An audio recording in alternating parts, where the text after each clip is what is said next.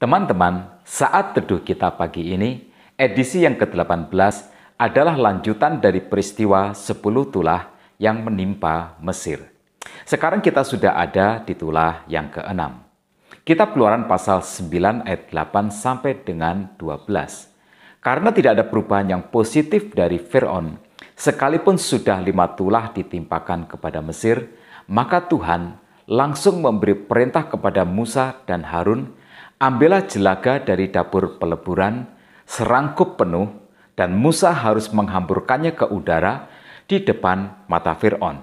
Maka jelaga itu akan menjadi debu meliputi seluruh tanah Mesir, dan akan menjadi bara yang memecah sebagai gelembung pada manusia dan binatang di seluruh tanah Mesir.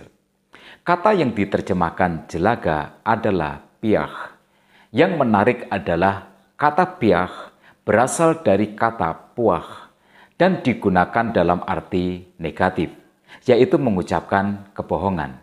Jadi, pemilihan jelaga yang kemudian menjadi bara memiliki makna simbolis. Firaun telah ingkar janji, dia mengucapkan janji yang palsu.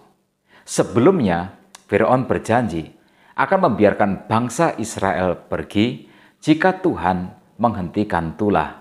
Tetapi kemudian janji itu diingkari. Firaun berbohong. Firaun tetap tidak mengizinkan bangsa Israel pergi, sekalipun permintaannya untuk tulah berhenti sudah dipenuhi Tuhan. Pastilah ada konsekuensi yang akan diterima Firaun dan juga rakyat Mesir. Sebagaimana dinyatakan di dalam Kitab Amsal pasal yang ke-19 ayat yang ke-9, saksi dusta tidak akan luput dari hukuman, orang yang menyemburkan kebohongan akan binasa. Dalam ayat 10 dan 11 dikatakan, lalu mereka mengambil jelaga dari dapur peleburan dan berdiri di depan Firaun. Kemudian Musa menghamburkannya ke udara, maka terjadilah bara yang memecah sebagai gelembung pada manusia dan binatang, sehingga ahli-ahli itu tidak dapat tetap berdiri di depan Mesir. Karena bara-bara itu, sebab ahli-ahli itu pun juga kena bara, sama seperti semua orang Mesir. Yang juga menarik untuk diperhatikan adalah Musa mengambil jelaga dari dapur peleburan pembuatan batu bata, di mana orang Israel diperbudak Mesir untuk membuat batu bata guna mendirikan kota berbekalan bagi Firaun. Sekarang, pada tulah ke-6 ini, jelaga dari peleburan batu bata itu dijadikan bibit penyakit, dijadikan bara yang menimbulkan kesengsaraan bagi semua orang Mesir. Sekarang, pada tulah ke-6 ini, kejahatan Mesir menghantam diri mereka sendiri. Tuhan membuat Mesir membayar kejahatan yang mereka timpakan kepada orang Israel. Dengan bara itu Tuhan menyesah mereka. Ya, pelajaran yang bisa kita petik adalah apa yang kita tabur pasti akan kita tuai. Jika kita menabur kebaikan, pastilah kita akan menuai kebaikan. Dan jika kita menabur kejahatan, pastilah suatu saat nanti kita juga akan menuai kejahatan. Kita akan menangis seperti kita membuat orang lain menangis. Dan kita akan menderita seperti orang lain yang kita buat menderita. Mungkin bahkan lebih parah daripada orang yang kita buat menderita.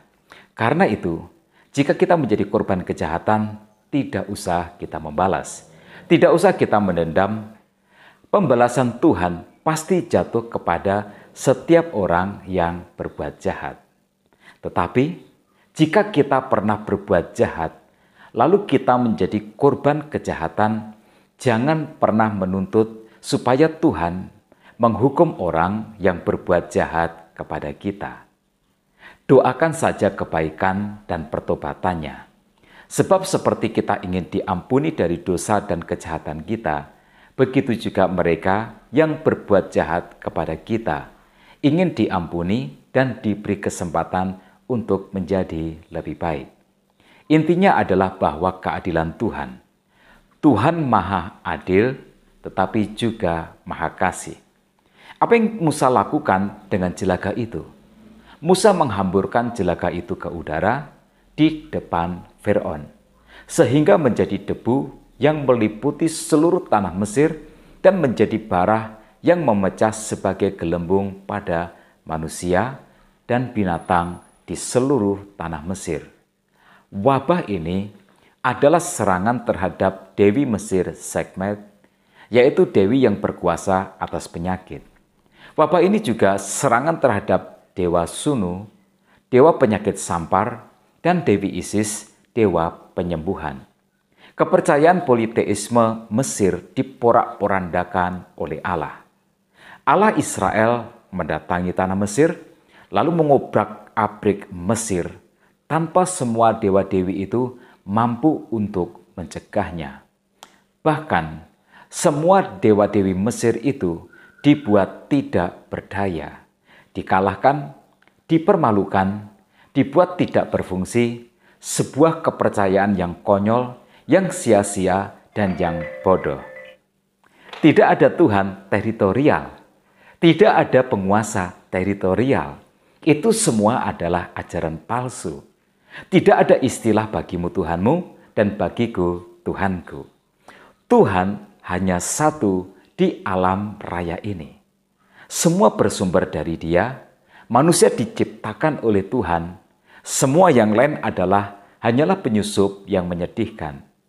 Saya sangat yakin tulah ini tidak hanya tentang hukuman. Ini adalah sebuah pemberitaan Injil, sebuah kabar keselamatan yang dilakukan oleh Allah sendiri di dalam bentuk tulah, yang bertujuan supaya orang Mesir juga turut menyaksikan Tuhan yang benar, lalu kemudian mereka bertobat, percaya kepada Tuhan, dan meninggalkan dewa-dewi kesia-siaan yang menyedihkan itu. Tetapi, seperti yang dikatakan di dalam ayat yang ke-12, Tuhan mengeraskan hati Firaun, sehingga dia tidak mendengarkan mereka, seperti yang telah difirmankan Tuhan kepada Musa. Iya, Firaun mengeraskan hati. Sebuah sikap penolakan terhadap pesan Tuhan untuk bertobat melalui wabah bara ini. Sesuatu yang tak akan pernah sempat disesali ketika semua sudah berubah menjadi hukuman yang mengerikan. Apa yang bisa kita petik sebagai pelajaran dari tulah ke-6 ini? Yang pertama, apa yang kita tabur pasti kita tuai. Allah adalah Allah yang adil, tetapi ingat, pembalasan adalah hak Tuhan. Tulah ini, Tuhan yang menimpakan. Tuhan bukan Tuhan yang pendendam. Dalam hukuman yang Tuhan timpakan kepada Mesir, terdapat kesempatan bagi Mesir untuk bertobat. Yang kedua, tidak ada yang namanya bagimu Tuhanmu dan bagiku Tuhanku, kecuali hanya untuk kerukunan hidup berkebangsaan. Tuhan hanya satu dan hanya kepada Dia saja semua makhluk harus menyembah. Tetap semangat dalam kehidupan. Tuhan Yesus memberkati kita semua.